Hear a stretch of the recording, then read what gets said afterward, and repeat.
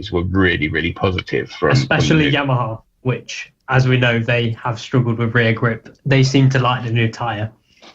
Yeah, it depends who's going to be on the Yamaha in 2021, doesn't it? But we'll get onto that another day. Because, you know. But yeah.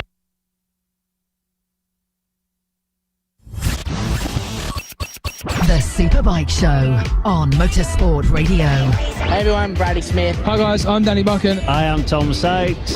This is Motorsport Radio.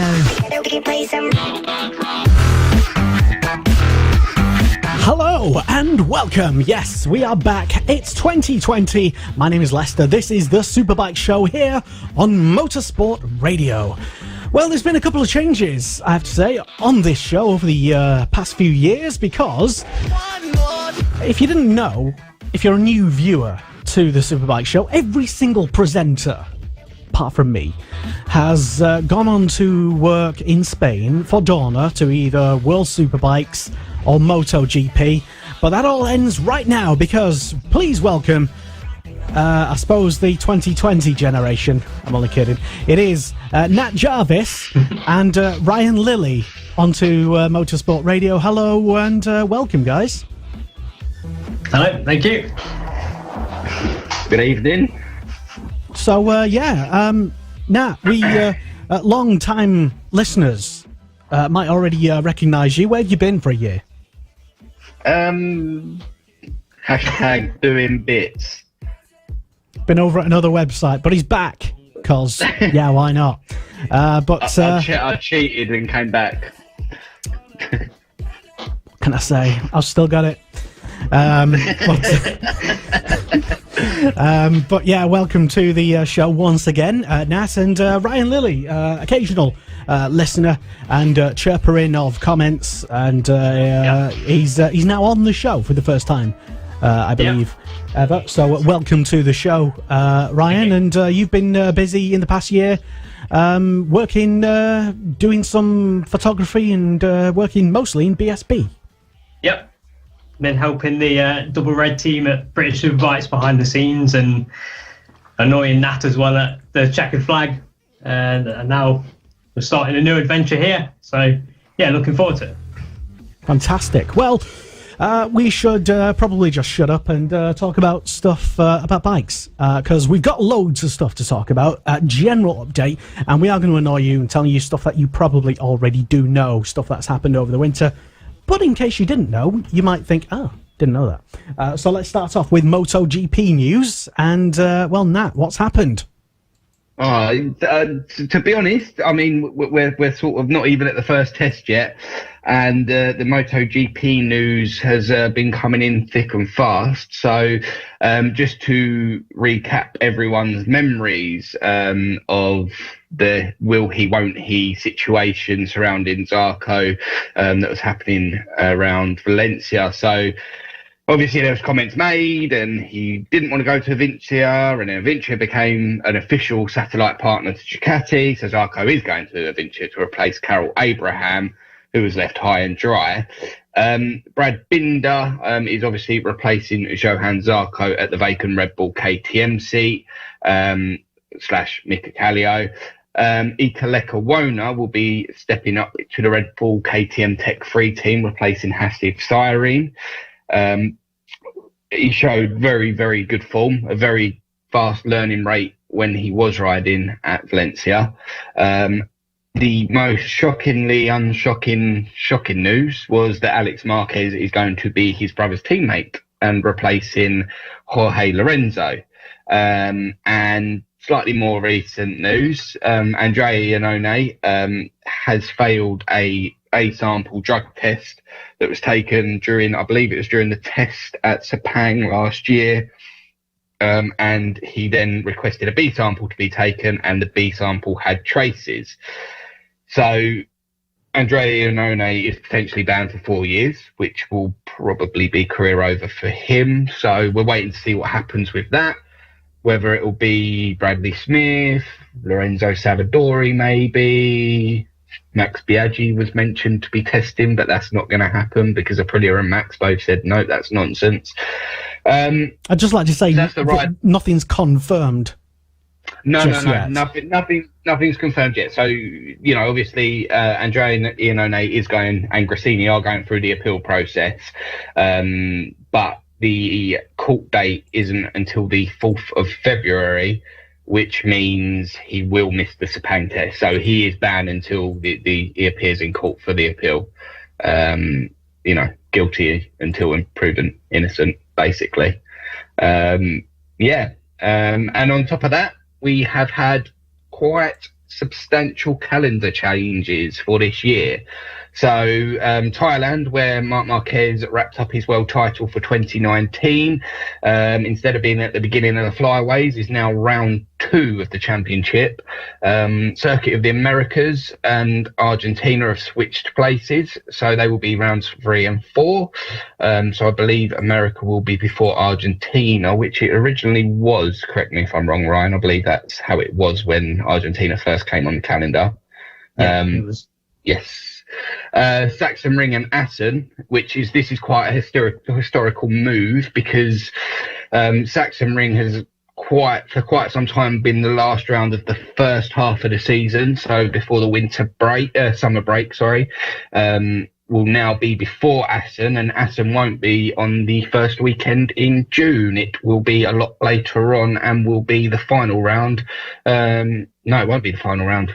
I believe that's the Kimi Ring, that's Finland, so excuse me for that. But yeah, so Assen and Sachsenring have swapped places. That is to make way for the new finish round, which is at the Kimi Ring in Finland. Sorry, I lost my train of thought then. So yes, there's a lot of changes. As well as that, we've also losing the Valencia test at the end of the year. So unfortunately, there will be no live coverage of testing for 2020, and the Qatar test in March in 2021 will also be scrapped. So it looks like we're just going to Sepang next winter.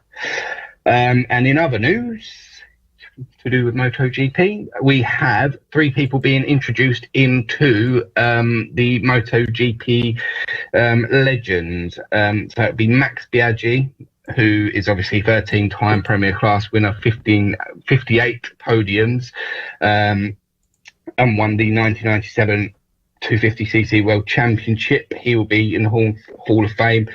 Hugh Anderson, with 24 Grand Prix wins back in the 60s. He will also be inducted into the Hall of Fame. He was also a TT winner. And Jorge Lorenzo, of course, will be inducted into the Hall of Fame in Jerez. Good old George. Love George. Good old George. And then, yes, so that's pretty much where we're at with MotoGP. I mean, we're looking to see what I'm most excited about, has to be said, is probably Finland. So, and it is Assen, I believe, that is going to be finishing the first half of the season, and then the Kimi Ring's going to be kicking off the second half of the season. So, just to clarify that. So, yeah. I'm glad we did the... I'm glad we got all the prep done before the show. That's good. So we know what's what and what's where. Yeah. Other factors as well. I think me and Ryan have done a little piece which will be coming up soon. Maybe not tonight, but maybe on another show, where we've done our 2021 MotoGP predictions, because I think the silly season is going to kick off very, very early in the year. We've got people like Cal Crutchlow, who's quite probably going to be retiring, and I think there's going to be quite a lot of names moving and shaking around. There's obviously a little bit of a rumour going around as well that MotoGP could potentially be going to 2-stroke engines by 2026. Which would make them a carbon neutral, because there's this whole new technology that F1 looked into, and then a couple of days later MotoGP also announced they're looking into it. Is the, I think, was it the hydrogen 2-strokes or something? The old exploding hydrogen. Yes. Some very, very clever people have found a way of, steering the world away from electric, maybe. But we won't go into politics because we're not allowed, and talking about electric vehicles is probably a little bit political, because hydrogen might be better. Who knows? And obviously we have there's quite a lot of strong news surrounding Phillip Island. Obviously, for anyone that is new to the show, Phillip Island last year, Miguel Oliveira had quite a nasty accident due to high crosswinds going into turn one. And I think he went onto the grass at something near enough 200 miles an hour, completely wrecked his bike, completely wrecked his helmet, completely wrecked himself. Missed the final few rounds of the season, or the final round of the season. I don't know how he quite managed to ride in Sepang as well. So they're looking at whether it's going to be better suited to have Phillip Island earlier in the year, where the weather's maybe a little bit kinder in Australia. There was obviously other issues surrounding Phillip Island on World Superbike bits, but that seems to have cleared up. But Ryan will probably touch on that a little bit later. Have they put the fire out yet? Yeah, Ryan did actually send me, when it was going on, Ryan did actually send me a picture of Phillip Island completely engulfed in smoke. You could barely make out the little Phillip Island logo on the Armco barrier. So yeah, it probably looks like they have got a plan B. If they decide not to go with Phillip Island, they have got a plan B apparently, but no one seems to know what that is. Silverstone, I think it's that news. Never any problems there. Oh no, that never got cancelled, did it? There's some rule changes as well. So for a jump start, it will be 2 long lap penalties, so it doesn't completely destroy anyone's race. And the likes of Cal Crutchlow won't go marching up to Freddie Spencer's office and, saying that he didn't jump the start. And also we have black and orange flag. So before, I believe they just had to come into the box and see their team. Riders now must go and see a MotoGP technical steward from IRTA before they return to the circuit if they get a black and orange flag. The aero rules are being tightened as well. So for anyone that doesn't know, who's new to the show, the MotoGP people were very, very clever, a bit like F1 engineers. They find ways around the rules. So they've created these mad, bulky, massive fairings that are all over road bikes now as well, Honda. And so basically they're only allowed 1 upgrade per year, and the fender and the swing arms are now going to fall under that category as well. So the little scoop that sits under the swing arm, they're only allowed to upgrade that once in a year. I'm not sure where they stand on justification for that, because there was like teams saying, yeah, we're going to use it for rain to deflect water, and then other teams are like, no, it's for tyre temperature control, and they got away with using it and the other teams didn't. What about the whole shot device thing? That's seems to be. Well, actually, we're expecting Yamaha to be testing that in Sepang in Maverick Vinales' hands. Because I thought that was all banned now. No, because the whole shot device it's not a mechanical device? I'm not quite sure, but there's something. The way it works is that it's not. It's very, very. It's a really clever bit of equipment, and also quite scary, because I'm not sure if I'd trust for the bike to be coming back up. Yeah. I don't know. For anyone that's into mountain biking or watches mountain biking, on the real complete off chance, the best way I can describe it is it's like a drop-in seat post. It basically goes down and then it goes back up, pretty much. We split that drop post. It sounds painful. There's tyre news as well. We have tyre news. So Moto3 and Moto2 riders will now get an extra front tyre if they go through to Q2 from Q1, which was introduced in the later half of last year. Michelin have a new rear tyre which underwent very extensive tests in 2019. And really? We're going to quickly. Oh, yes. I think, from what I heard, I think everyone really, really liked it as well. But I'm sure someone will correct me if I'm wrong. But I'm pretty sure from what I heard, all the noises were really, really positive. Especially Yamaha, which, as we know, they have struggled with rear grip. They seem to like the new tyre. Yeah. It depends who's going to be on the Yamaha in 2021, doesn't it? But we'll get onto that another day. Because, But yes, Moto2. Moto2. Now, Moto2 is all changed because Alex Marquez was meant to be with Mark VDS, and then he wasn't with Mark VDS because he went to Repsol Honda, and Raul Fernandez was meant to be with Cito Pons's team, and he's not with Cito Pons's team, and he's now going to be Sam Lowe's teammate at Mark VDS because Sam Lowe... We get the image. I get so much of it, but no. So the Mark VDS lineup is an all-new lineup for 2020. Obviously, Xavi Vierge had some very, very trying season last year. So we have Sam Lowe's and Raul Fernandez, who will replace Alex Marquez, and it is Raul Fernandez who replaces Alex Marquez because before Valencia he was signed and done for Pons. Can I just say it's Augusto Fernandez? Augusto Fernandez. Sorry, I'm thinking of little Moto3 Fernandez. But yeah, thank you, Ryan. So Augusto Fernandez replaces Alex Marquez, not Raul Fernandez, because that would be quite the most shocking revelation of Moto2. Jake Dixon, our very own Jake Dixon, who came from British Superbikes, is going to be joining the SRT Petronas Kalex team, and he's going to team up with Xavi Vierge. Very excited to see what Jake can do next year because I think he's on a very, very good bike. He's on a chassis he's ridden in Moto2 before, for anyone that doesn't know, when he done the wild card at Silverstone a few years ago and an extra entry at Valencia a few years ago. So I think, hopefully we can see some good things from Jake this year if he can stay uninjured, which we hope he does.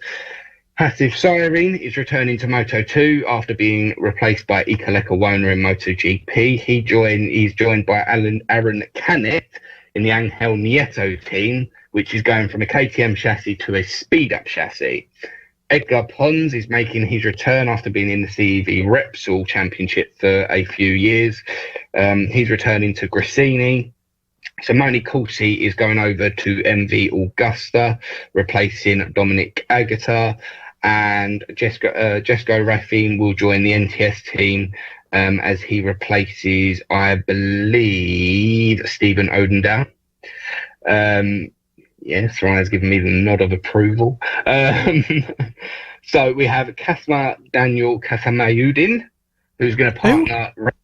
Yeah, I know. I had to get clarification on the pronunciation earlier, but Ryan tried to spell it out for me the best he could. But he's going to be partnering Remy Gardner at this Sage team. Dalla Porta, the Moto3 world champion, will be joining Andrea Locatelli in the Intel Trans team. And obviously Locatelli has gone to World Supersport, which Ryan will touch on later. We have Hector Garzo, who's going to be joining Pons. Hector Garzo, who was a regular frontrunner in Moto E last year. And the Red Bull KTM IO team is going to not be using a KTM chassis. They are going to be using a Kalex chassis. Don't ask me why. Why? I don't know, because the Kalex chassis was just really, really becoming good at the end of last year. So I'm quite shocked that they've done that. KTM pulled out of Moto2 to focus on MotoGP, and IO have gone back to the Kalex that Zarco won the championship on 2 years on the bounce. Yes. Ryan would have got 5 points for that. Listen, I explained the rules in our little prediction game that we played last night, and there's a lot of 5 points. Oh, the game that nobody else was aware of? Well, no, everyone's going to be aware of it eventually. It's just, Ryan hasn't done anything all day, so it's not ready. It's Ryan's fault, not mine. I've been at work, so I can't help it. I can't take responsibility for this. There you go, Ryan. You've been work shamed. The Red Bull KTM IO Kalex team leads me straight into my next point, which is going to be a Moto3. So obviously, we all know Husqvarna is all under the KTM umbrella, but KTM are not in Moto3 next year. It is going to be Husqvarna, but it is basically going to be a KTM just with the tubes painted yellow, not orange, pretty much. Obviously. Yes. Which is going to be one of the teams is obviously going to be Max Biaggi's team, which is who Aaron Canet rode for last year. who will be running the Moto2 bad boy from 2018, Romano Fenati, and the Estrella Galizia Mark VDS, well, it's not technically Mark VDS, but it's still got Mark VDS input, team refugee Alonso Lopez. VNE Snipers team have unveiled their bike this week with Tony Arbolino and Philippe Salach. I think it's going to have some split views because I'm not a fan. Personally, I don't think Ryan was a fan. No, not really, no. It's got a very unique taste to it, has to be said. And the biggest news which came out, I believe it was yesterday, Jakob Kumfile has announced his retirement as he cannot secure funding for his BOE Skull Riders ride that he was due to ride for this year, which has left an opening in Moto3. Tom Booth Amos took to Twitter to say, yes, I believe, what was it, along the lines of that he had been called, but no, he hasn't got the money, pretty much. Yes, so pretty much. For anyone that was clinging on to a ray of hope for our very own Tom Booth Amos, unfortunately, he also can't secure the funding because we live in a world where you have to buy a contract, pretty much, not be bought for your services. So yeah, and that is it. That's your Moto2, Moto3 and MotoGP rundown so far. Thank you. Take a break now. Well done. Good job. I'm gonna mute myself Very well now. researched, Ryan. Thank you. nah. I can't believe you just gave Ryan credit for that. Well, good job as well, Nat, I suppose. But anyway, right, so this is the Superbike Show. If you just tuned in, my name is Lester. I'm still here, just a bit older, fatter. And Nat Jarvis is back on the show. He occasionally freezes. That's pretty normal, though. It's not even his internet. I know, it's just quite normal. Like, what's the point in me even attending this show if I'm not going to freeze, you know? Because we had that moment where Kiko utterly broke down into tears because I was frozen. So why not? Thought I'd try it on Ryan. Anyway, but Ryan Lilly is here on the show for the first time, and including drink and one hidden MotoGP shirt. And we are. This show currently is being recorded, so although we do like people's comments as ever on the show, feel free to disagree with anything that Nat says. Go ahead, but you definitely don't have to agree with us. In fact, we like a bit of disagreement. Why not? As long as you keep it nice. Keep it nice. Don't be afraid. We do read the comments, and we will be poring over everything that you're saying about us. So be nice. There you go. So, moving on, because World Superbikes is back pretty soon as well, in just a couple of weeks' time. Yep, just over 1 month till Superbikes are back out on the track. Hasn't it usually like in the last stages of winter with World Super? It's starting pretty late this year. Yeah, it has been moved back a bit, yeah. What? I don't know. What are you laughing at? Lester's like, yeah, it's a couple of weeks, and Ryan's like, yeah, it's a month. Well, whatever. Whatever. You know what I mean. But yeah, World Superbike news. What's been happening? Anything? Well, there's been quite a lot of rider changes, as expected, in World Superbikes. One of the biggest one is the British Superbike champion Scott Redding joining the Aruba.it Ducati team alongside Chaz Davies for 2020. As well as that, Alex Lowe's has switched from Yamaha to Kawasaki. So they're the kind of two biggest ones. Arguably as well, Alvaro Bautista and Leon Haslam joining the new Honda team, the HRC-backed Honda team for 2020. Leon Camier, he has switched to Bardi Ducati for the upcoming season, so looking forward to see how Camier can get on the V4R. Unfortunately, he had a lot of injuries throughout the 2019 season, and his 2020 campaign's not got off too much better. He missed the recent test at Jerez due to an injury and was replaced by Cortese. Chubby Flores, he will be riding in the Puccetti camp for 2020 as he returns to World Superbikes after a year with Honda in BSB. Rinaldi, he has switched to the Go 11 Ducati, replacing Eugene Laverty, who's gone off to BMW to partner Tom Sykes for the new season. Two new names at the GRT camp as they expand to 2 riders. Garrett Gerloff from Moto America will partner up with the Supersport runner-up, Federico Caricasulo. Leandro Mercado has managed to find his ride for 2020, albeit very late. It will be with a Motor Corsa Racing Ducati, although I don't think it will be the full season. I think it's just European rounds, but that's not been fully confirmed at the moment. Top Rat Razgatlioglu will be riding the Patti Yamaha for 2020 alongside Michael van der Mark.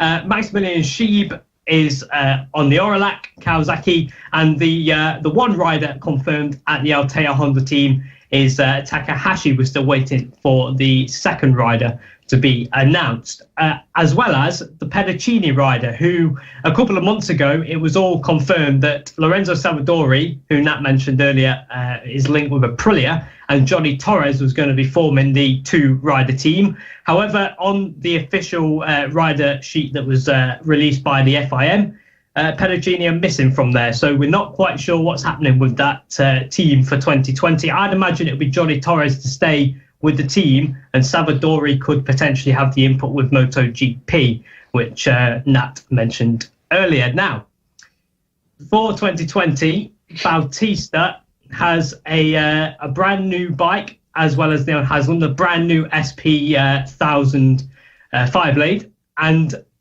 rumours are that it is under the lap record at Portimao at a recent private test.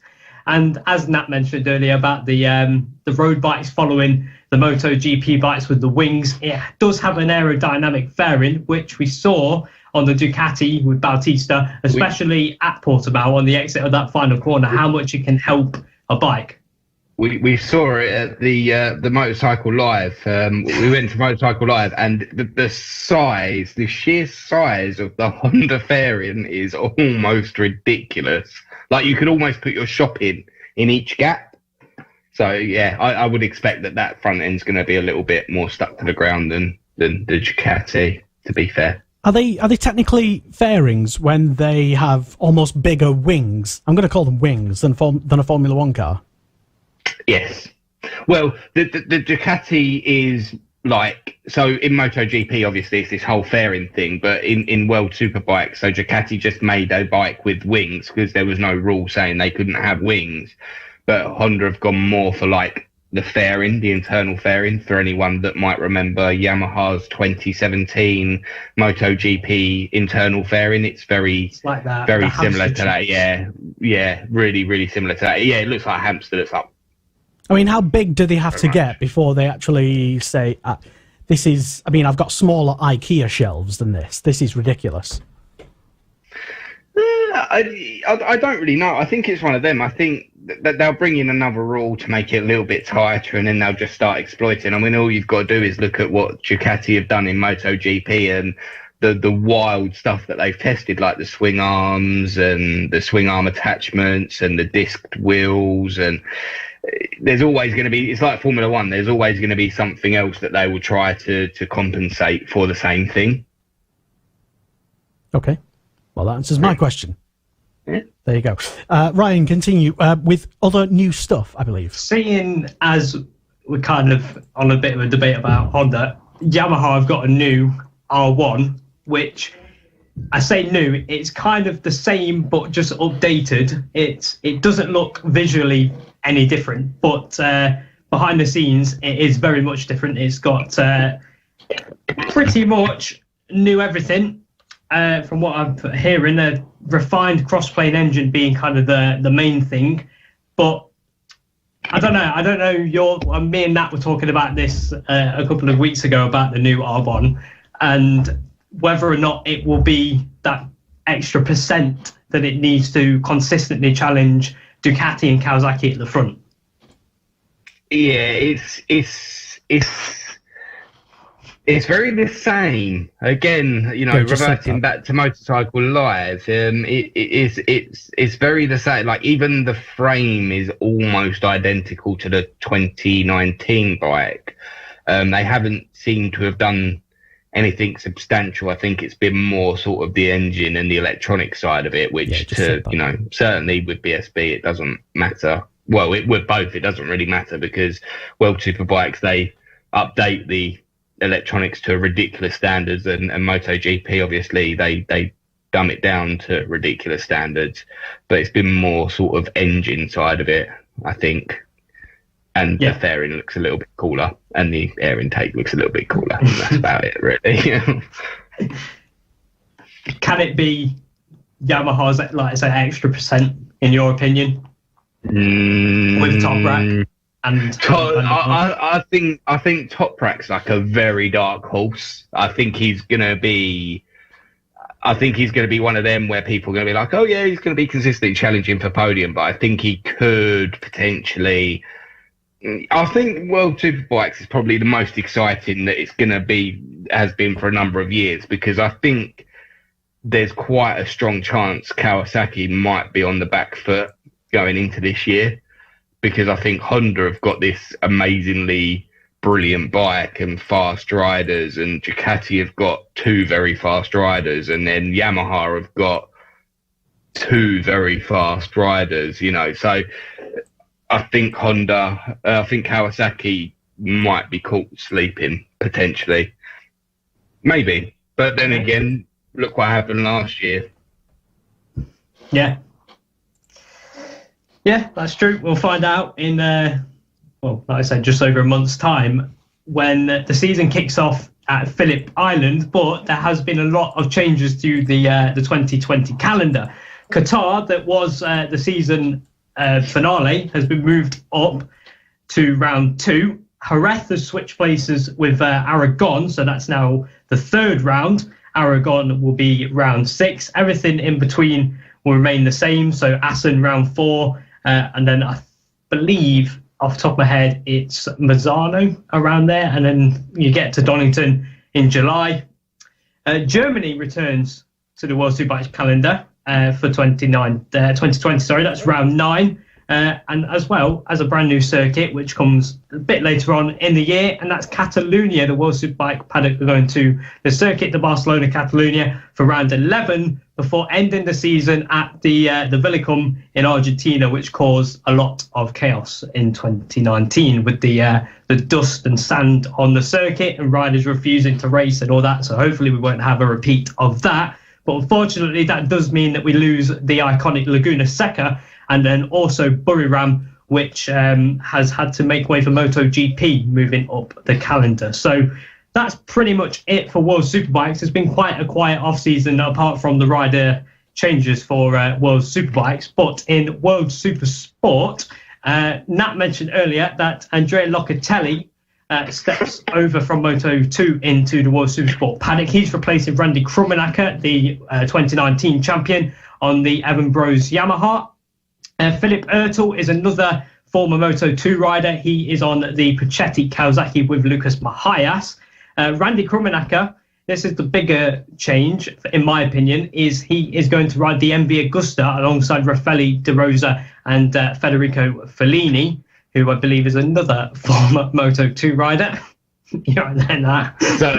Sorry, I'm still in shock that Randy Krummenacher left the most dominant bike in the last 2 years to go to MV. I'm not saying MV's a bad bike, because it's not. It's a very good super sport bike, but it's a bit dated. If we're being honest, it's a little bit older than both the Kawasaki and the Yamaha. I think it's literally been there since I was 10.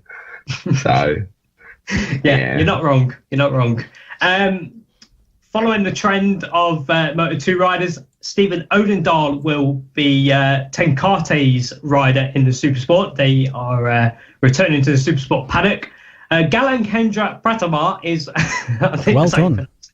is moving up into Supersport 300 with the Blue Crew World Supersport team, whilst the former Supersport 300 champion Manuel Gonzalez will be riding the Park and Go Kawasaki. Lucas Tulovic and Thomas Gradinger form the new Kiefer Racing team, which we've seen on social media over the last couple of days that they are in a little bit of financial trouble. So hopefully they can get things sorted out before the season opener. Canon Chu will be riding for the Turkish racing team for 2020. He obviously comes over from Moto3. And then Danny Webb will be returning to action, riding the WRP Weepole racing team ran by James Tosland for 2020. Now we have 5 European Supersport Cup riders as well. Tom Taparis, the Australian, will be riding the Benro Racing. There is a second rider still to be announced. Javier Navand, I think that's how you pronounce it, is Javier Navand will be riding I've no idea, so just I have no idea, to be honest. We'll be riding the Ultagu Racing team. This is another interesting name that I'm probably going to butcher. Alejandro Ruiz Calanza will be riding the Emperador Racing team. He'll be riding for them in 2020 in the European Supersport Cup. And then the final rider is Axel Bassani, who will be riding for Team Yamaha Moto X Racing. Your likes of Cluzau and Parolari, they remain with the GMT 94. And then also a man who come to form at the end of the 2019 season, Isaac Vinales, obviously the cousin to Maverick, will be remaining with the Calio team. How do you say his name? Isaac Vinales. So I've been calling him Isaac. It is Isaac. Ryan's just... This is the boy who calls Nicolo Bulega. As in, he's trying to sound all sort of sophisticated. Yeah. There was someone else he done it with. I can't. Is it? Who was it? I can't remember. There was another rider, and it really annoyed me. And I was like, no, you're saying it wrong. And like my OCD kicked in, but I can't remember. It was a Moto3 rider, I think. Say cool. Whip. It's one of them. Who was it? I don't know. I think I'd see if I can work out who. But yeah, don't mispronounce riders' names, because then I'll be pronouncing, because I don't know any better. It was Massia. He kept calling Massia Messiah, as in like the Messiah. It was what Messiah. No, you were calling it Messiah. No, that you. To be fair, that is a kind of a cool name, though. I don't think it's very professional for us to have a domestic on Leicester's show. He's given us his chance, and I don't want to throw it all the way down. So I think you've forgotten what this show basically is. No, it's just a mad argument. That's fine. Literally, I could go for mad argument. Okay. Sorry, we sort of interrupted you while you were saying your. That's basically it at the moment. We are coming back to World Superbike towards the end of the show, but for now, that is it for World Superbike. Fantastic. Good stuff. Well done. Thanks. The reason I'm looking over there for our visual radio listeners is because my notes are over there, right over the other side of the room. And if you are tuned in and downloaded the show, you're thinking, what the hell's he talking about? Don't know. By the way, the show is downloadable as a podcast that you can listen to. Search for it on wherever you get your podcasts from and that sort of thing. Or you can just head to our website, motorsport.radio. And, motorsport.radio. Also on Facebook as well during the season when we're all available and free, yada, yada. We'll be live, doing live shows. But the reason we're recording this, because it's their first show. And they were a bit nervous. And I thought, no way I'm going to let them do this live. No way. So basically, it's first show of 2020. And just to reiterate again and pile on the extra pressure, every single presenter of this show, apart from me, has gone on to big things, working on MotoGP and World Superbikes and a combination thereof.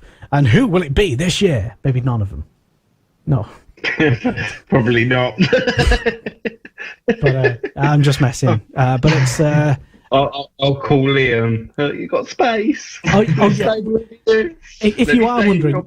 Yeah, by the way, if you have just tuned in, and it was like a year ago since you last tuned in, and you're wondering where Liam's actually gone to, I should have mentioned at the start of the show, that was what I was referring to, actually. Liam is now working in Spain for Dorna. So, fantastic job, Liam. He joins Kiko, the previous presenter of this show, who's now working in Spain for Dorna on the World Superbike office. And they both joined Tom Brooks, the original presenter of this show, who did work at Dorna. He's left. He now works at Gran Turismo. Yeah, anyway, so, and I'm still here. Anyway, this is the Superbike show. It's Motorsport Radio, and yeah, Nat's got a baby on the way. Congrats! Oh, thank you. Now it's gone from our friends list to thousands of people. But yeah. Who'd have thought it? If I suddenly disappear in July, don't be alarmed. It's fine. I promise. Yeah, but thank you very much. The sentiment is appreciated. It's all right. Just thought I'd mention it. I won't show you the pictures. It's fine. Oh no, we'd love to see the pictures. I love loads of pictures of newborn babies. Mm-hmm. Anyway, Not what. moving on to back to some bikes and stuff. Why did I put it over there? Jesus Christ, I can't see that. Right, you've done World Supersport. That's good. BSB is back. Yeah. Yes, the premier domestic series in the world. And well, who's going to step up this year, Nat? Because Scott's gone. Who's the natural next person? Yes. The first thing I will say is what a fantastic year it was last year having Scott Redding in the paddock, because it was most definitely a very, very lively environment. So BSB's loss is definitely World Superbike gain. Good luck to anyone that wants to try and sleep anywhere near Scott Redding's camper van. Because sleep is far and few between, and he still managed to win races. What a dude.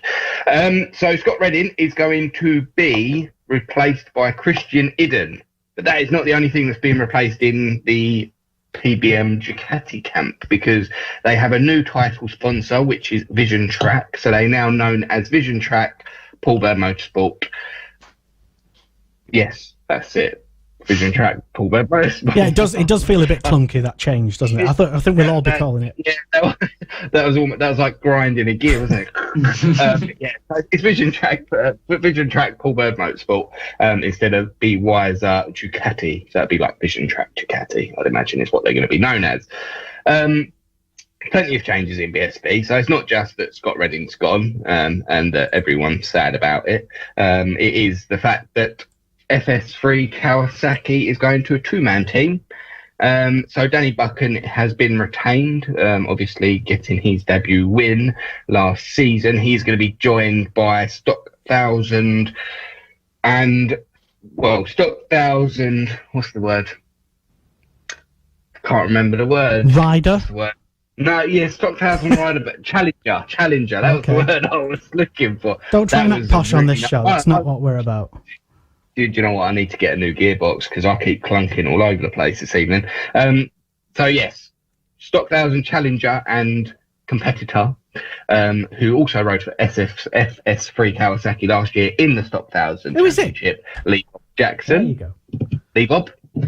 And for anyone like me who's from Kent, good news, because Alex Olsen is being retained by Smith's. I nearly said Triumph, but it's BMW, because it's definitely not Smith's Triumph anymore.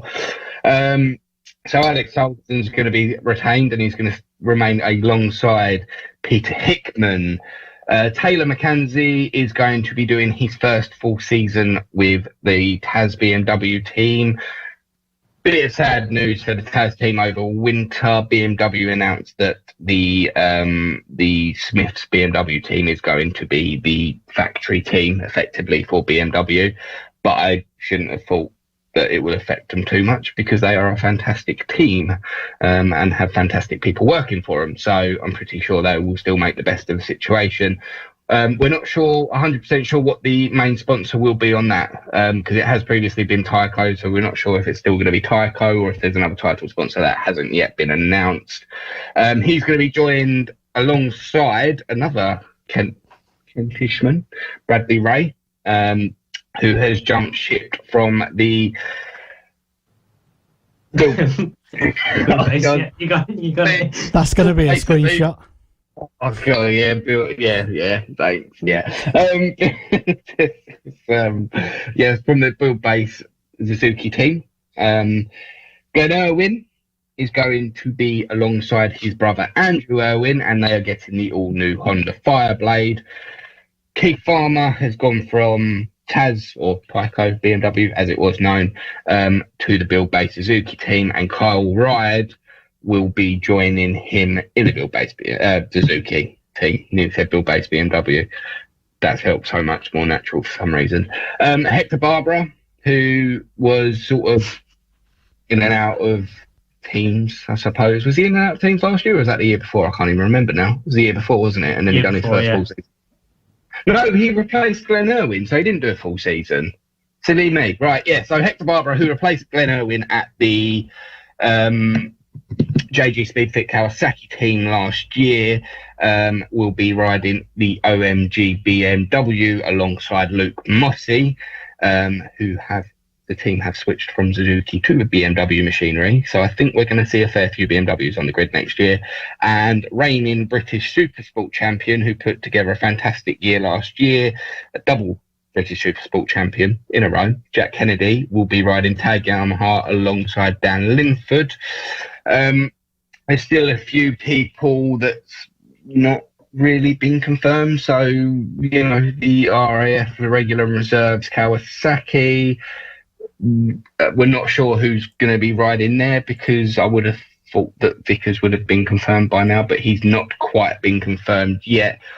Although, correct me if I'm wrong, Ryan, I think we're pretty sure they're going to retain Vickers for next year.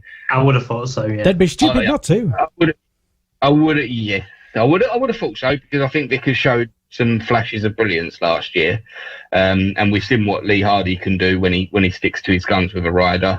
Jake Dixon being the absolute perfect example of that.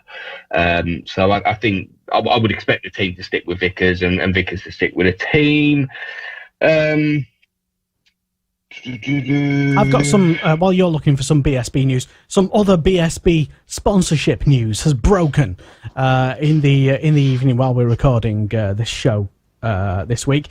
Glenn Irwin has been on Twitter, and he says, unfortunately, due to being let down, he says on Twitter, my cap space has become available for the British Superbike season and international roads. So if you want your name and logo and yada yada, get in touch. But there you go, some important sponsorship news of Glenn Irwin's cap. Let's get Motorsport Radio on there. Yes, other BSB news. The WD-40 team could be at the front this year. I hear it might be a big season for them. Yeah, do you know what? Again, it's another team that you sort of you look at the team and it is a fantastically run team. Hey guys, it's Claudio Corti. Yeah, it's a small team. So last year they had Leicester's fantastic impression of Claudio Corti. They had Claudio Corti. I would think that they're probably going to be looking at retaining Corti, but that is by no means confirmed, and don't absolutely take my word for it and spread the word that Corti signed for WD-40, because he hasn't yet. But he has recently fixed his shoulder. He has an operation which apparently was bugging him for most of last season, I believe. So that might be a step in the right direction. Yes, could be. It could be.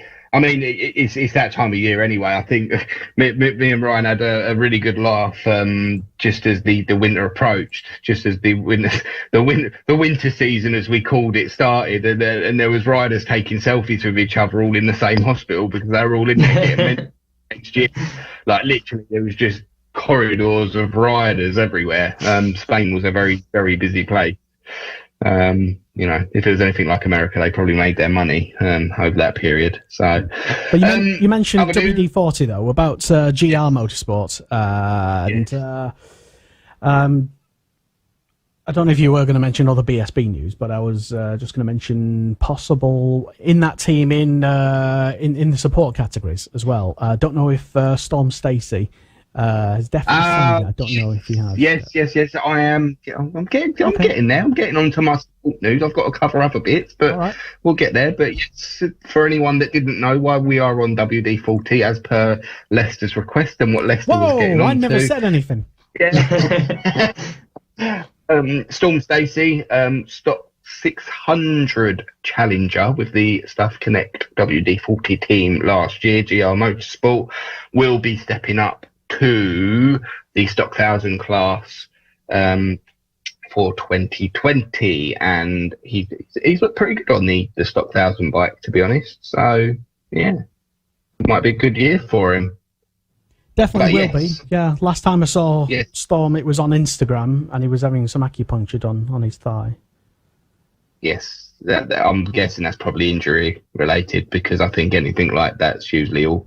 I mean, to be a motorcycle racer, let's be honest, you're just never not injured. Like, you have to be prepared to just like limp through life. So they're far braver men than I could ever be. I always feel like a motorcycle racer, I tell you. Yeah, I'm a bit like that. You creak in the morning. I creak in the morning. I literally just feel like my shoulder, you know. Yeah. But yeah, I mean, we have qualifying format, which has been tweaked. So next year, the top 6 from the combined 3 practice times will go directly into qualifying 2. So they will have the luxury of bypassing qualifying 1.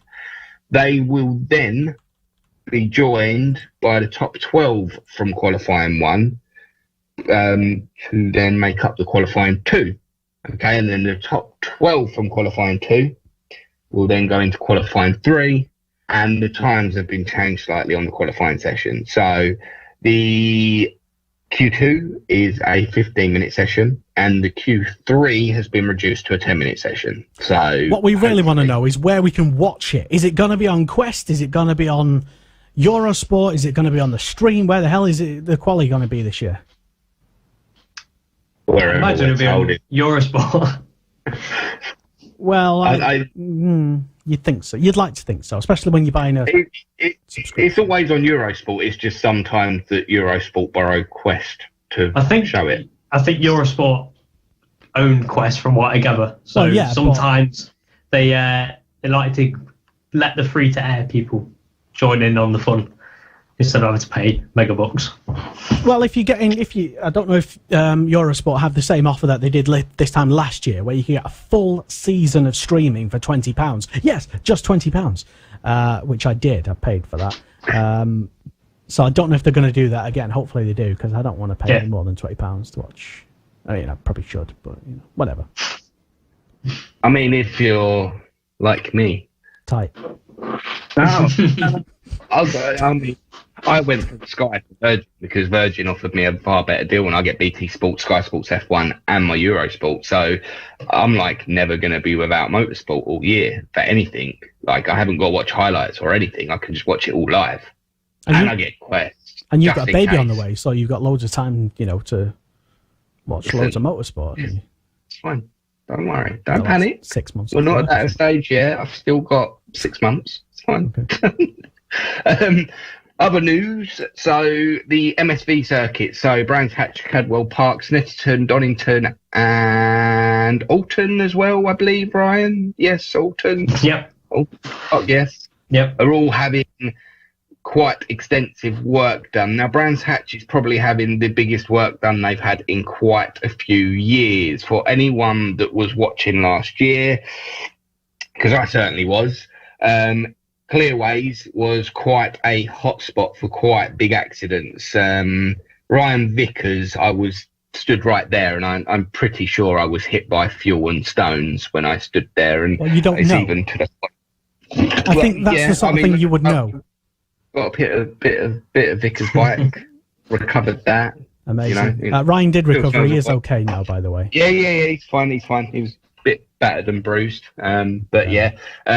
Taron McKenzie being the other one, launching his R1 into the fence there. It was a very, very short runoff, so they have extended that back to give the riders a bit more runoff in the gravel, and I think they've done a bit of gravel reprofile in there as well.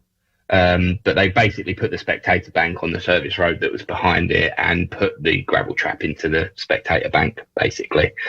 Cadwell Park, they're getting more tarmac in the paddock areas, 300 square foot more. Thank you, Ryan. Paddock office is being replaced to make it look a little bit nicer and modern. Resurfacing of the chicane is underway as well. Is that the Mossy chicane? No. I was listening, you've ruined my flow now. I was just about to get onto them. Go on. The Armco at Hall Bends. This is where you say, is that the Mossy chicane? Yeah, that's the Mossy chicane. Is also having the barriers pushed back because obviously Luke Mossy literally turned into Luke Skywalker and went all Jedi and had a very, very nasty accident. Which has some horrendous noises on it because all you hear is it's like, yeah. I believe it was the camera operator. I believe it might have been Alex at OMG who was filming that event, who uttered those immortal words. Oh fuck! Yeah.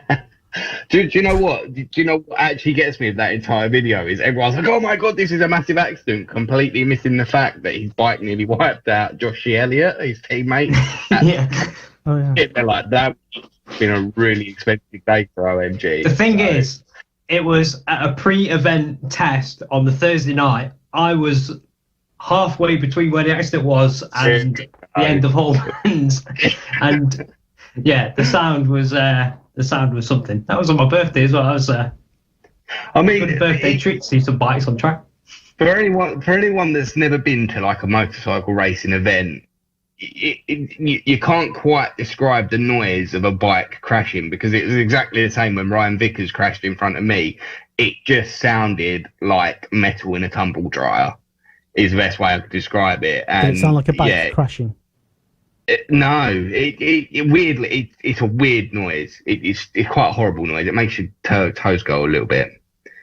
But you also know, like, you know, it's always good when you see the rider get up because to be fair, I think a lot of these updates that are happening at the BSB circuits needed to happen. I mean, there's a few more that we'll run down anyway, but they needed to happen. I think it was going to be about time before a really serious accident was going to happen. So hats off to MSVR and the BSB team to sort of rectify the safety of the circuits because the bikes are getting bigger, they are getting faster.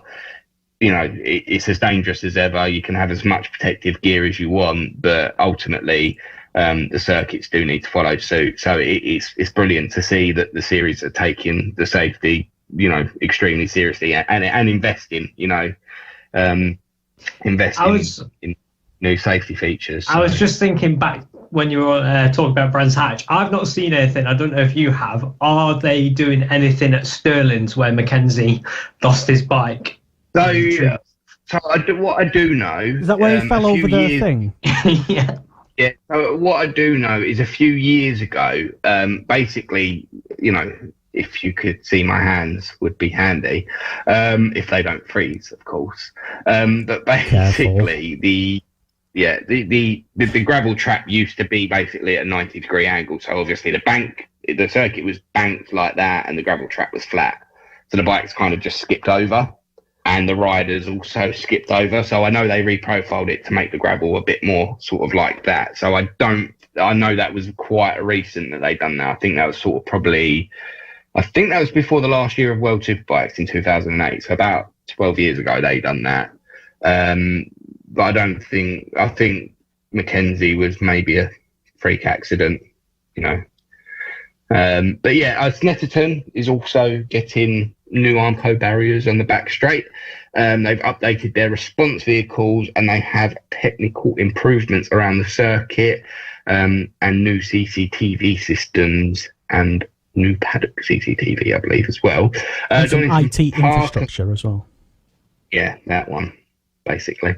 Donington Park are getting tidier curbs in key areas just to make it look a bit nicer.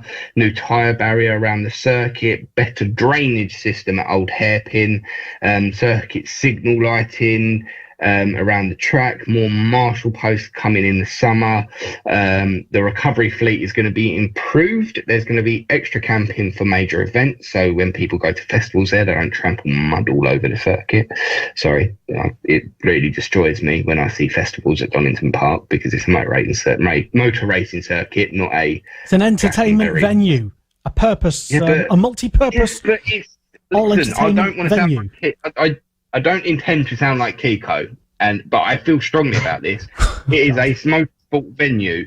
You don't ruin sacred ground by having like a Glastonbury thing on the back straight. How dare people go to a venue and enjoy themselves? Yeah, it's a motorsport venue. It is not Glastonbury. If you want to go to a thing, go Glastonbury. You know. So can Glastonbury never have a car in the middle of the field? Valentino Rossi's been on that straight. Marc Marquez has been on that straight. Loads of brilliant people have been on that straight. Ayrton Senna won there. How can you have a music festival? Oh, because all those previous things have happened. You can't have Iron Maiden in the field. No, you can't. It makes me sad, but you know, if it keeps the circuit running and brings in good revenue for the circuit, then I can live with it. But it just annoys me that they leave the circuit muddy and there's tents left everywhere, and it's poor old staff at Donington that have to pick it up, and you know. Well, why don't you pick it up if you're that concerned about it? Brian lives closer. If it was at Brands Hatch, I would, but Brian lives closer. So there's more entertainment events at Brands than there is at Donington, I'll tell you that. They don't have Glastonbury at Brands. They have Glastonbury at Donington. No, they've got the NASCAR. I forgot the name of it. The American Speed Fest thing there. Yeah. There's all sorts of things. They've got the Mini Fest there, Ferrari Fest. Oh God! You mean they use actual motorsport vehicles at a motorsport venue? They don't put a stage in the middle of a muddy field and then like let loads of drunk teenagers in. Anyway. I've gone a bit sidetracked there. Can't tell. Extra camping for major events. Which I'd imagine is the likes of World Superbikes, British Superbikes.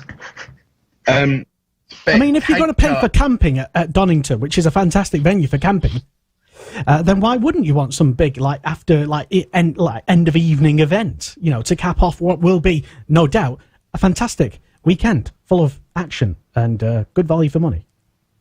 Yeah. There's also going to be spectator facility improvements, an updated medical centre, LED lighting and CCTV improvements. Oh. So the long and short of it is Motorsport Vision are absolutely investing heavily in their circuits this winter, which is brilliant to see. Moving on to the support classes for BSB. So the Superstock 1000 we will start with. Danny Kent is going to be returning with Morello Kawasaki alongside Fraser Rogers. Go on. I've got to word this well. So this is a little bit of a debate. I don't think Danny Kent deserves another chance, because I think what he'd done was not the most wisest thing that anyone's ever done. Or be prosecuted. Yeah, but when you look, I mean, I live not far from London. It takes me 10 minutes on a train, probably not even that. And when you look, especially in London, the knife crime levels, I could think of loads of people that would absolutely give a left arm to be in Danny Kent's position, and he should be a role model. And I don't personally think he should be given another chance. The guy is talented. He's a brilliant motorcycle racer. He's a Moto3 world champion. But I also feel like role models should be in a position to promote better things. And I get everyone makes mistakes. And I do fully understand that. But I just think with how knife crime is around the UK at the moment, I think it's a very, very sensitive subject, you know. I don't don't doubt his talent, and I'm sure he's going to do fantastic things, and he's going to provide fantastic racing for us all. And he is a very, very talented individual. It's just I have very, very strong feelings on knife crime, just personal experiences, etc. So yeah, for me, I personally don't think he deserves a second chance. I'd rather give it to someone that's maybe would be a better role model. But he's got a good teammate in the shape of Fraser Rogers, so that's a positive, I suppose.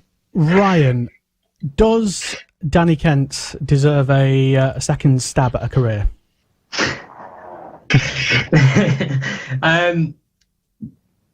It's a difficult one. Like Nat said, everybody makes mistakes, but it was a pretty big mistake to make. Does he deserve another? I don't think he does, but at the same time, he does, if you know what I mean. I personally don't think he does, but I think for the sake of him, his career, he gets one last chance to try and rebuild it. Obviously, like Nat said, he is a Moto3 world champion. Yeah, I'm not. I personally wouldn't have given him another chance, but I'm not. I'm not high up in the Superstock 1000 paddock.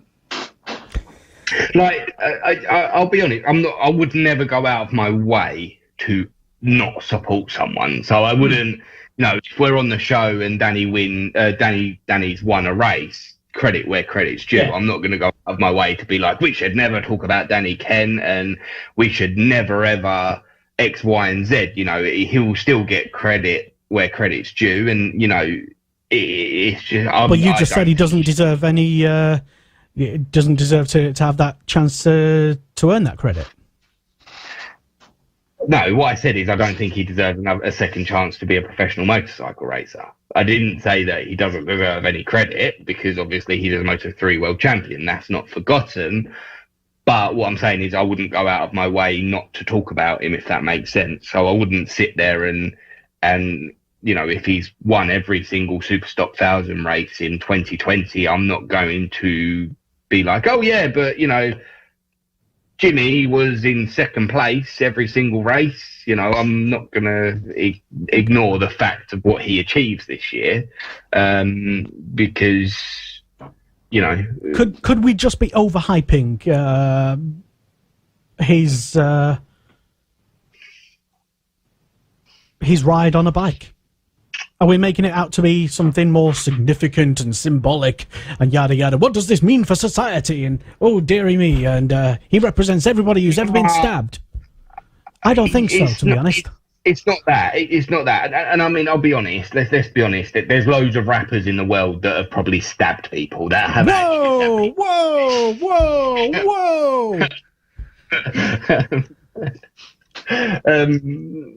I'm not tarnishing rappers with the same brush. I mean, shooting, but, I can understand. No. In America maybe, because they can't get me from there. So, it's a difficult one, isn't it? Because it is such a thing, an issue, especially within the London regions of the country. It's such a big issue, and yeah, it is. You've got a big platform as well, Well, so, he's only got a platform because we concentrate and focus on someone. And yes, he was the first. He was the first, a British champion since whenever it was, 60s or something. 70s, yeah. A long time, anyway. But that was 34 years, I think it was. That was like 2015, though, wasn't it? That was like 5 years ago. Yeah. And I said at the end of last season, anyway, I said, don't be surprised if we see Danny Kent back on a bike sometime soon. And then sometime shortly after I said that, he was announced. I mean, and what I'm saying is absolutely no reflection on the Murillo outfit. Absolutely not, because at the end of the day, any team manager in their right mind with someone of Danny Kent's caliber, if they have the opportunity to sign him, of course they're going to sign him, because he's a proven talent. So it's no reflection on Morello, because if I was a team manager and I'm thinking about how I want my team to win for a year, I would have done the same thing. Just my personal moral side of it thinks that he doesn't deserve a second chance, but I know that there's going to be another 1,000 people or 10,000 people, or however many people, who are going to sit there and think, well, actually, he's made a mistake. He's held his hands up and he's been punished for it. He does deserve a second chance. So, it's just my personal outlook. Should we carry on with the rest of the Stock 1000 news? Yeah, we'll just clunkily move on. But before you do that, I'd just like to officially get my sixpenny, whatever the penny. I'll just like to say anyway, Danny, I'm going to disagree with you two and say that he's just a young lad still. I think he's like mid-20s now. People make mistakes. Some people make very public mistakes, very, very public mistakes. Some people mess up a lot, sometimes a couple of times, a few times, and they keep doing it and they don't learn. I'm in my mid-20s, but I don't run around with a knife. No one was saying you did. But I'm just saying, when some people do make mistakes, it doesn't necessarily mean that it ought to definitely be the end of their careers. I'm not suggesting that anybody suggests that it should be, but what I'm saying is there's enough people in BSB already with dodgy reputations, so why can't we just let Danny Kent ride a bike? Well, that told me. And now you can move on. I'll move on. Richard Cooper has made... do you know what? I'll be honest. I'm going to call it a shocking move to Baven's BMW after winning the title last year with the build-based Suzuki team. Sorry, because I said build-based BMW earlier, so build-based Suzuki team. I think he's going to be carrying the number 1 plate this year as well. So, which will be nice to see. We all love a little bit of number 1 everywhere. Sean Winfield will be debutising the Tag Yamaha Stock 1000 program, stepping down from the British Superbike program to make way for Jack Kennedy. Tom Neve and Davey Todd will be on the Honda Superstock 1000s. Davey Todd, I believe, again, Ryan, correct me if I'm wrong. I believe Davey Todd has broken his collarbone. Yes, he has. In America. He was in America, wasn't he? Yep. Yes, he was in America. Billy McConnell will stay on the OMG Suzuki. BMW. No, OMG. My note even says now on a BMW. So, but yes, he'll be on a BMW, not a Suzuki. Shane Richardson steps up from Stock 600 to the Stock 1000 on the Astro JJR team with a backing from Carl Cox Motorsport. And if anyone is wondering where that name sounds familiar, Carl Cox Motorsport, Peter Hickman went over there last winter to race in New Zealand. Race the New Zealand Superbike. Did he also burp? Yeah. That was Nat's dinner that he had a few minutes before. Luke Hedger and Luke Hopkins will be riding for CPD Racing, and Chrissy Rouse to ride for official Kawasaki team for 2020, which is the MSS Kawasaki team. Any questions on the Stock 1000? Ask Ryan. Nope. If there is, I'll ask Ryan. To be honest. But no, well done. Thank you for the update. Some of that I genuinely didn't actually know about. We also have Supersport and GP2. Ain't we lucky? Oh, yeah. Continue then. Yes. And also British Talent Cup. So be patient. We're getting there. Corey Skinner will replace Jack Kennedy at the Appleyard team and will partner Motorsport Radio's Motorsport Award winner, Rider of the Year winner, Brad Jones. Well done to Brad Jones for that, because, good effort. I think everyone who voted for Brad Jones was perfectly justified.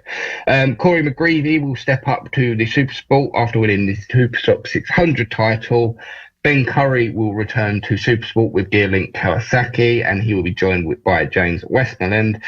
Thomas Strudwick has been confirmed with Spirit and has a new sponsor in the GP2 class.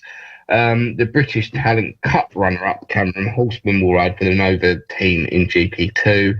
Tom Oliver will be joining him, and also Cameron Fraser will be joining him. Now, very good. Big E, the British Talent Cup, have made some very, very, very positive changes, in my opinion. Tell us more. Tell us more, he says. So, there is no longer going to be Motostar. The Motostars have gone. There's going to be no Grand Prix class and no standard class. They're all going to be on the same bike. There's going to be 10 rounds. There's going to be 9 at the BSB rounds, and there's going to be 1 at the MotoGP in Silverstone. There's going to be 20 races. There's going to be 2 races at each event, which is pretty standard. It's going to be riders between 12 and 17 years old. It's going to be open to all nationalities, but riders picked by Dorna at the end of the season will go to CEV, and there will be, 2 riders that will be selected to do the Red Bull rookie tryouts, not actually riding the Red Bull rookie tryouts. There's going to be 2 riders from the British Isles. So basically, you have to be British to be promoted to CEV or the Red Bull rookie selection. The prizes. So prizes are going to be supplied by MSVR. And the first prize, each race, is it each race? It is each race. I'm sure it's each race. Each race. Well up on your facts there, Nat. Yes. I'm glad you're on top of I couldn't things. remember if it's each race or if it, So each race, first place will get £500, second place will get £300, third place will get £200, fourth place will get £150, fifth all the way down to eighth will get £100, ninth will get 50, and 10th will get £50. Dunlop is also offering a prize of front and rear tyres for those who finish on the podium. Basically, for anyone that knows EWC, where you have all these basically private teams, it's going to be pretty similar to EWC. So they're all going to be on the same bike. They're all just going to be very different colours. So whereas British Talent Cup before, they all had the same fairings, different numbers, it's going to be more of a team effort. So what you're saying is that there's going to be lots to watch out for in the all-new era British Talent Cup.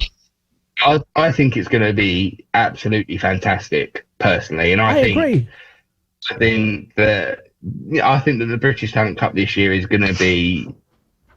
I think it's going to be better than the previous renditions. Well, we'll definitely have to wait and see. All signs point to positive, though, and I don't think we have. Do we have an official entry list so far? I can't remember if we do or don't. But from the riders that I know are going to be in British Talent Cup this year, it will definitely be one to not go and get a burger in between BSB races. Check it out. It's definitely it's going to be good. Definitely. 100%. Yeah. Quick text here from Danny Ken. No, kidding.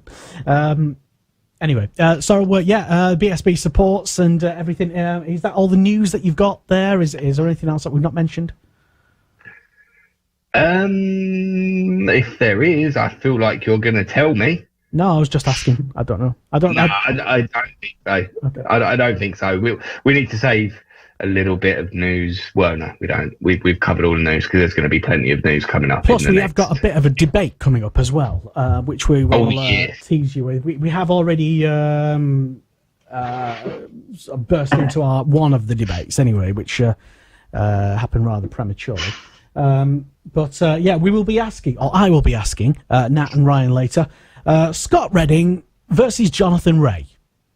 Scott Redding. Well, that's for later. Oh. That is for later, if we have time. Okay. That's providing that our next bit of news doesn't rumble on, and why would it? Because it's only road racing, and of course, nobody's interested in road racing except the entire world, Ryan.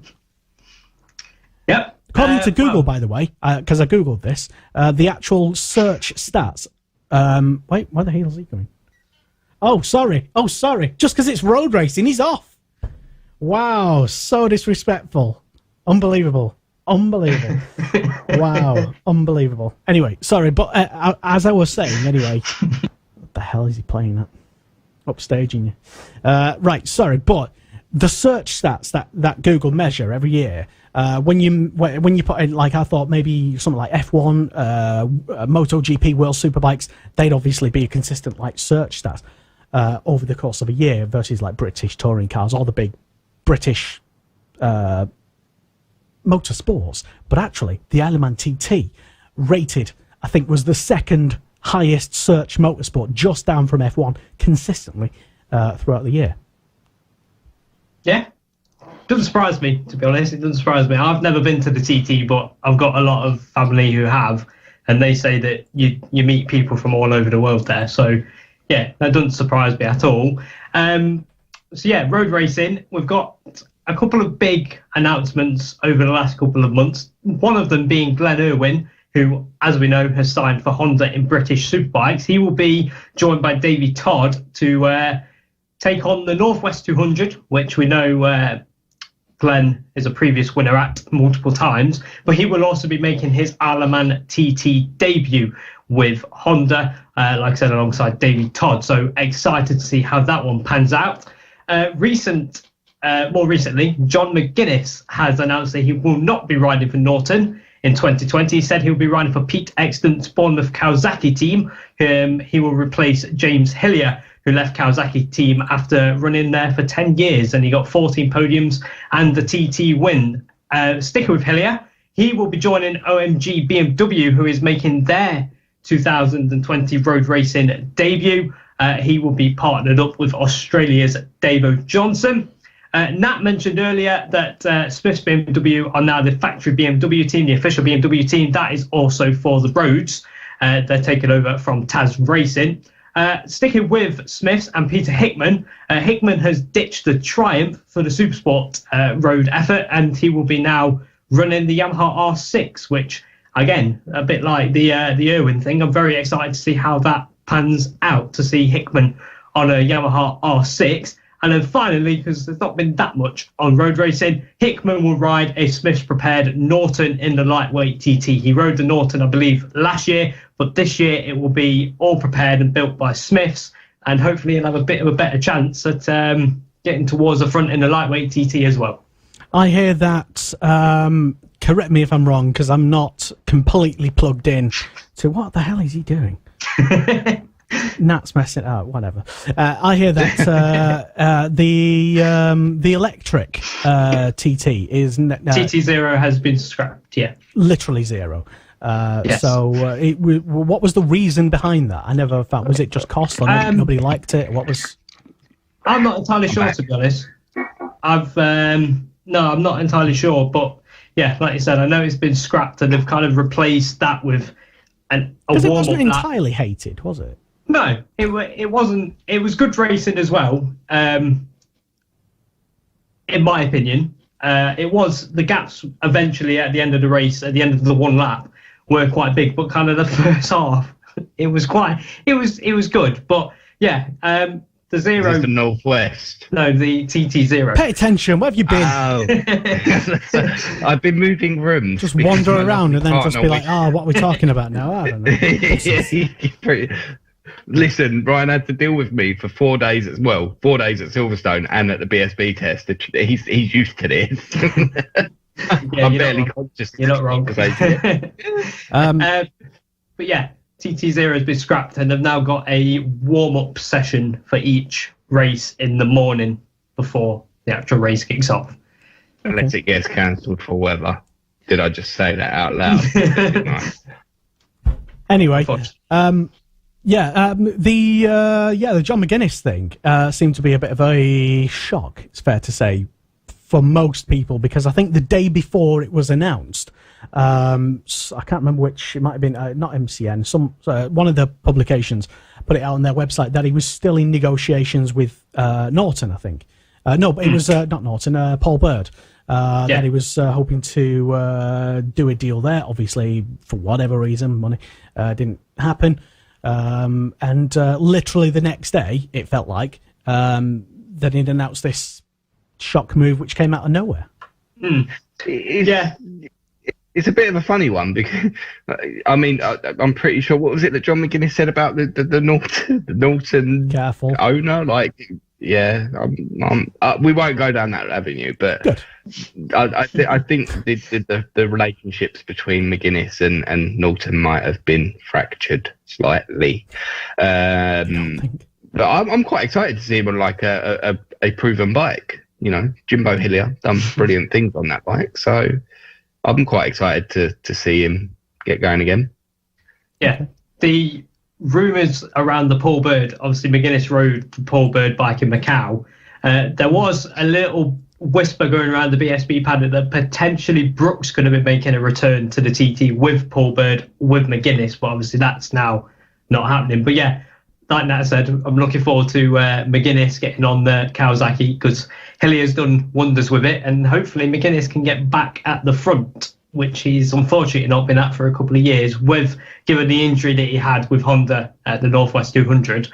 But yeah, hopefully McGuinness can get back towards the front of the TT standings. Wasn't that when they went over to the now old new Fireblade? Yes. And like the electronics basically tried to... I think he had an auto blipper issue and the throttle stuck over. And Guy Martin had a similar issue, yeah. Yeah. And did Casey Stoner as well? Or was that was the old Blade, wasn't it? That was... No, I think that might have been the same one. Yeah. Honda didn't have much luck with their old new Fireblade. No. No. Hopefully this one will be better, though. Hopefully their new Fireblade is going to not have auto blipper patient. Yeah, the new bike. Not the old new bike, because it's still quite a new bike, the old Fireblade that's now old, but I still think it's kind of new because it only came out a couple of years ago. Okay. Try not to get you tongue-tied, but yeah, try and say that again. So, for you then, Ryan, biggest, obviously TT aside, what's like the next biggest event that you're looking forward to in the road racing season this year? Northwest 200. I think that kind of gets everything going. You see great racing there. Very, very good racing. Instead of like a TT, that's a time trial. Northwest is literally grid to flag, laps, race as hard as you can. And it really gets the blood pumping for the road race season. And hopefully the Northwest 200 this year will be just as good as last year. And the year before. Well, it's always pretty good from what I hear anyway. I always try to tune in, whether it's on the, BBC, Northern Ireland or it's live streamed or the radio stream or something, or live timing, whatever it is. I do always try and catch it. So check that out. I think keep you up to date. It's fair to say as it approaches. So is that the latest from the road world? Yeah. Is there anything else? Nope, not at the moment. All right. Not that I know of at the moment, no. Okay. And if you are a rider and you're listening to this, who's messing around with? Stop making a racket. It's all right. Just doing radio. Don't worry about it. So if you're a rider and you have any news under your hat and you'd like to announce it, maybe on the show, make a bit of a fuss for your sponsors, maybe, your team, then you can get in touch with us. You can email hello@motorsport.radio, or you can just send us a slide into our DMs on the old Twitter, which is @Motorsport Radio, or Motorsport Radio on Facebook as well. This is Motorsport Radio, if you've not noticed. It's the Superbike Show. My name's Lester, and we've got Nat Jarvis, the returning champion, Nat Jarvis, back with us, and Ryan Lilly, a debutant to the show, although no stranger to the show because he's been lurking around for. He's like the comment warrior champion. We got to make Ryan a champion or something. We can't just say that I'm like a returning champion and Ryan's not a champion. You know, he commented a lot. Thanks. Apparently, making a comment on the internet makes you a champion now. Anyway, you're all champions, right? Any that goes out to any potential teams as well. Anybody want to announce anything on this show, then get in touch with us, because we like to make a big fuss. And especially if you've got some big breaking news, or if you've got some news that you want to get off your chest. Are you a disgruntled rider, not happy with your former team? I feel like Jeremy Kyle here. Do you want to get something off your chest? Because we had a couple of riders on who'd freshly let go from their team on last season, and we were more than welcome to have them on the show. And talking about Josh Elliott, hopefully he's going to be back in BSB, because he is a race winner now. He's got that under his belt. Anyway, anyway, let us know. Especially anything that you think is worth us talking about. Anything that we've missed. Anything that you want to chip in and chime away and say, oi, Nat, you forgot that about the thing that's all over the headlines there. Cue the Michael Howarth comments. So there you go. Anyway, right, let's move on before Danny Kent turns up. Let's have a chat about going back to World Superbikes. Actually, no, just put that on hold because we've got some other big breaking news regarding the World of Art, which I had to just get out of the under my way.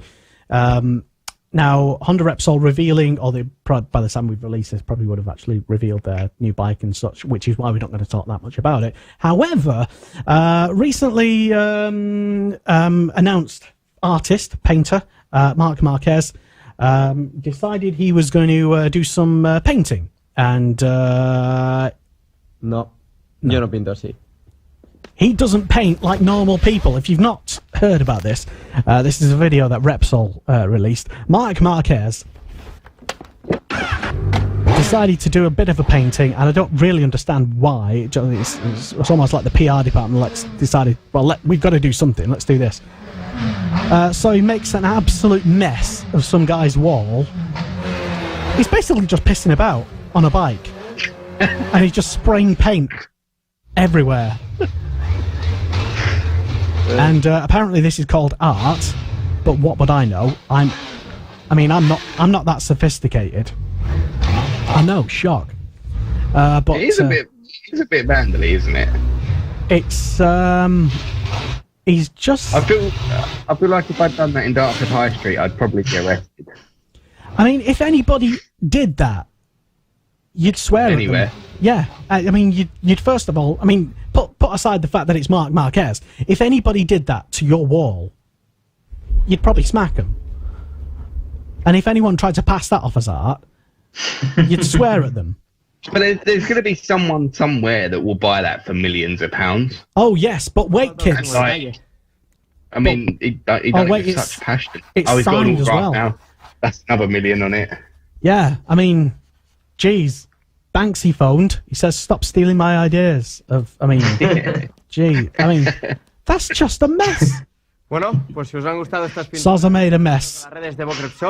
But some poor person's going to buy this. I don't care. I'm out of here. That's what he says. That's an actual translation. Marc Marquez, artist and true champion. There you go. Moving on to World Superbikes. I don't know why I brought you that, but I don't know why they released it either. But there you go.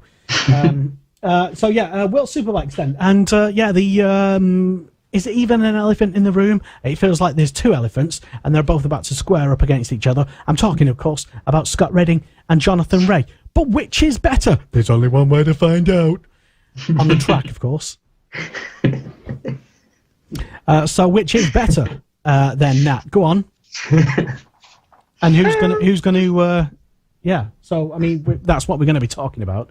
World Superbikes, and that's what they're going to be. That's going to be the narrative coming into this season, isn't it? So I think that Scott Redding is capable of beating Jonathan Rea to the title because he's got major sophisticated electronics that are almost MotoGP-ish. And he's on a chassis / frame that he's ridden for the last 12 months, and he's on tyres that he's ridden for the last 12 months. So I think he's got a good chance. I don't think he's going to be like Bautista and just go out and destroy everyone for the first 12 rounds and then start I'm just going to go for it and start falling off every round. But I think he's in for a good shout of it. I think what you'll see from Scott is a lot of consistency, a lot of hard work. He's a hard worker. I mean, anyone who's met the bloke, he works hard. So, I think he's in for a good chance for sure. Okay. Well, that's I'm in the red corner. Interesting. And Ryan, your thoughts on what might happen this season? Yeah, I'm kind of the same as that. I think Scott will beat Ray to the title. It'll be a much more closely fought contest, I think. But yeah, I think Ryan thinks Redding will smash Ray for 2020. But like Nat said, he's on the same bike that he rode in British Superbikes. He knows more of the circuits as well, so he hasn't got that kind of learning process to go when he arrives at a track. They're all a lot more open. Like he went to Snetterton and he dominated because he said it reminds him of a Grand Prix venue because they're very open corners. Like you can see a lot further around. You go somewhere like Alton Park, you can't see the next corner until you're out the corner you're in. Snetterton's a lot more open. So even the new circuits, I think he's going to be really, really quick. So for the record, I do not hate Jonathan Ray. But another thing as well that's going to help Scott is that he's bringing Giovanni Croupier as well, his crew chief. Yes. But they've got a very good working relationship as well, so I think that's going to help him as well. And yeah, like Nat said, he's a hard worker. Even though if you look at him on social media, he's kind of like the class clown.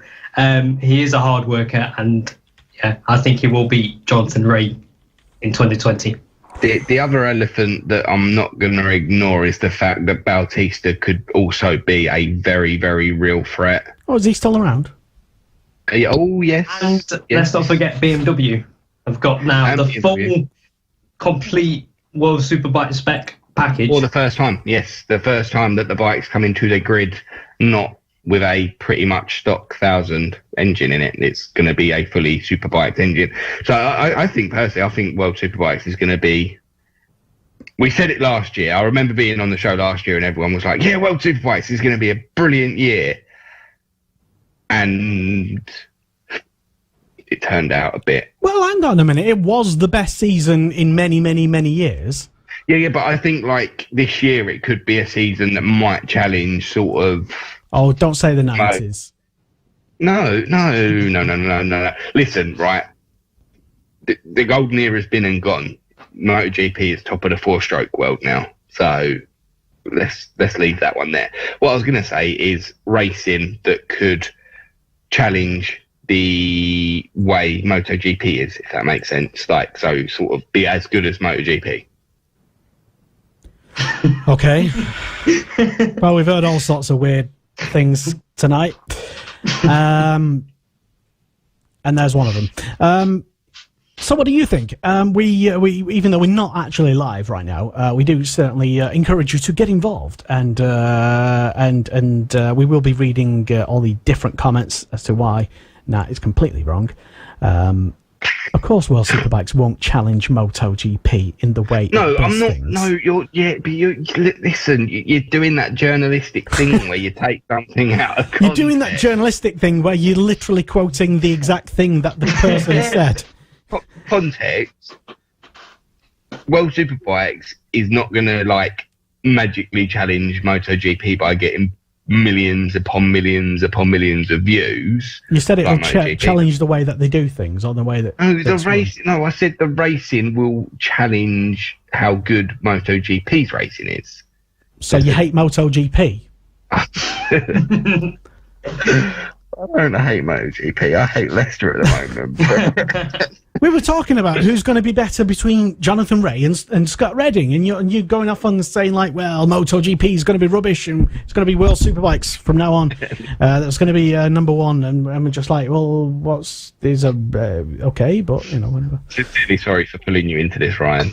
Anyway, so that's yeah. Anyway. Anyway, what about if neither of them... What about if they both get beat by Bautista?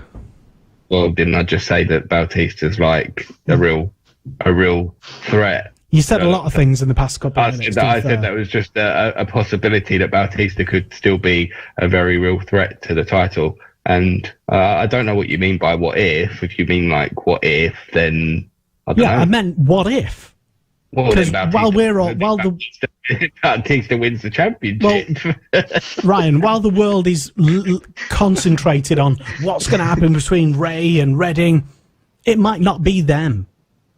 Ultimately. He's got to learn to stay on the bike. Yeah. If Bautista wants to challenge for the title, he has to stay on the bike. He can't do what he done last year, where he just saw a penny and kept trying to grab it.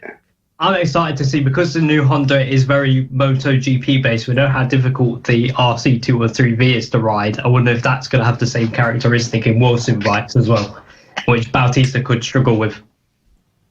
But he's also had experience on Honda. On Honda, yeah. So it could all feel very normal. Although arguably more easier to ride Honda than the recent Hondas, where Marc Marquez seems to only be able to get the best out of it. Yes. But we'll have more on that when we do our little challenge that I'm going to win. Even though I think we done. Not going to win. Yeah, we're not going to give anything away, but I feel confident. I insist you at least tell us what the hell you're talking about. So, basically, hopefully, next week's show, myself and Ryan knocked our heads together last night, and we had no clue what each other had picked, and we went for a bit of a prediction game. So obviously the 2018 silly season was the silliest seasons of silly seasons, and all the contracts are up this year. So we thought, you know what, there's probably going to sign half the grid in the Sepang test. So we thought we'll put our predictions in. So basically it's going to be a case of there's going to be five riders. There's going to be 5 points for every choice that we get right, and we're going to see who won at the end of the year. And we're also play as well at home. Yeah, you guys can play at home. Oh, good. As well. So it's not just between you two. No. We're also going to do it with World Superbikes and BSB as well. Are you allowed to make any changes mid-season? No, transfers? No. What if someone gets injured though? Once it's locked in, it's locked in. And what's the deadline? What's the cut-off? And we've also... so it's when the grid's complete, we'll find out who wins. So the game isn't over for another year? No. Yeah, mate, Lester, I promise you, I can guarantee you 90% of the grid is going to be done by Magello. So it won't? It will be. Ryan, back me up. Come on. Tell him. Magello might be a bit early. Yeah, I guarantee it'll be done next week. 2022, it's all sewn up. If you're talking about our viewers playing, I would say a realistic cut-off will be before the Sepang test. So the day the test goes live, not goes live, but the day the test starts, I say that's the last day that you can probably get your predictions in. But we're also going to do BSB and World Superbikes as well, because, yeah, why not? So get involved. Okay, and what are the prizes? Maybe we should get someone involved to give out prizes, because the prizes, and you'll hear this all tomorrow night. Oh, not tomorrow night. We'll hear this all. I'm in my mind now. I've lost it. Baby on the way. The prize is bragging. You get to say that I was right, and if you beat Ryan and myself, you get to say that you beat Ryan and myself. Yeah, because there's no better already established people in motorsport who already know what they're talking about than you two. No offense. I mean, I'm not saying that I'm any better, even though I clearly am, because I've made some really, really amazing predictions on this show over the past few years, mostly just down to a fluke, I think. But anyway, okay, I'm up for that. Should we have a bet on it? Okay, what's the stake? Oh, money, oh my God. How much are we talking? Penny? That's worrying that, he's got a baby on his way. Got to save as much powers as he can. No, to be fair, there has got to be a forfeit. So I think we need to agree. Like, it's not the same as winning money, though. I'm not sure about this forfeit thing. I imagine forfeits is like I'm poor. Ryan's poor. Money's just. I'm far below poor. So, yeah, but I've not been like paid since like September because everyone thinks it's a good idea to pay people. It's not poverty porn season. This is our next debate. Should people be paid early before Christmas? Because no, they shouldn't. Because I swear to God, I'm. And that sounds like a great natural conclusion to the end of the show where we just wander off and talk about any old stuff and start moaning about each other's lives. I'm guessing that we finished. No other bits of news, no other bits of other stuff. I told you about Glenn Irwin's cap deal falling through. See how much he wants for his hat. Actually, I just had some hats printed, actually. Maybe you could wear a Motorsport Radio hat. Maybe you should be paying us. Anyway, get in touch with Nat and Ryan to tell them how wrong they are about everything. This has been the first Superbike show. I'm going to say not the last, but we don't know. Not the last. We don't Not know. the last. Okay. We'll see. Anyway, it's been a show. We've done it, and an hour and 45 minutes later, we come to the end. Thank you very much for tuning in. You can listen back to any parts of the previous show, this show rather. Starting to get like that now. You can download it. The shows are always available as a podcast, and from wherever you get your suppliers from and all that sort of stuff.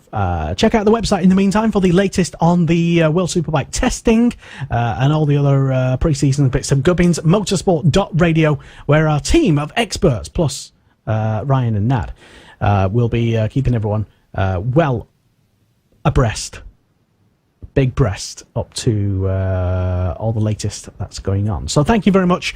I hope you've enjoyed your first show, Ryan. Yeah, sorry. I was up. So much so you fell asleep. Nice to give me a bit of anxiety. No, it was good. It was good. Excellent. I had to unmute my microphone and my buttons weren't working. So, yeah, you caught me off guard now. Good stuff. And Nat's already been for a wander during the show, so he already got bored about an hour ago. It wasn't like that. I had to move rooms. Okay, fair enough. Well, welcome back to the show anyway. After vanishing last year, and it's time for it was Liam who's vanished now because anyway, as I said earlier, if you don't know what it was, go back and rewind it. Motorsport.radio. Thank you for tuning in. That is it. That is definitely the end of the show. Thank you very much, and good night and goodbye. The Superbike Show on Motorsport Radio. Hey everyone, Bradley Smith. Hi guys, I'm Danny Buchan. Hi, I'm Tom Sykes. This is Motorsport Radio.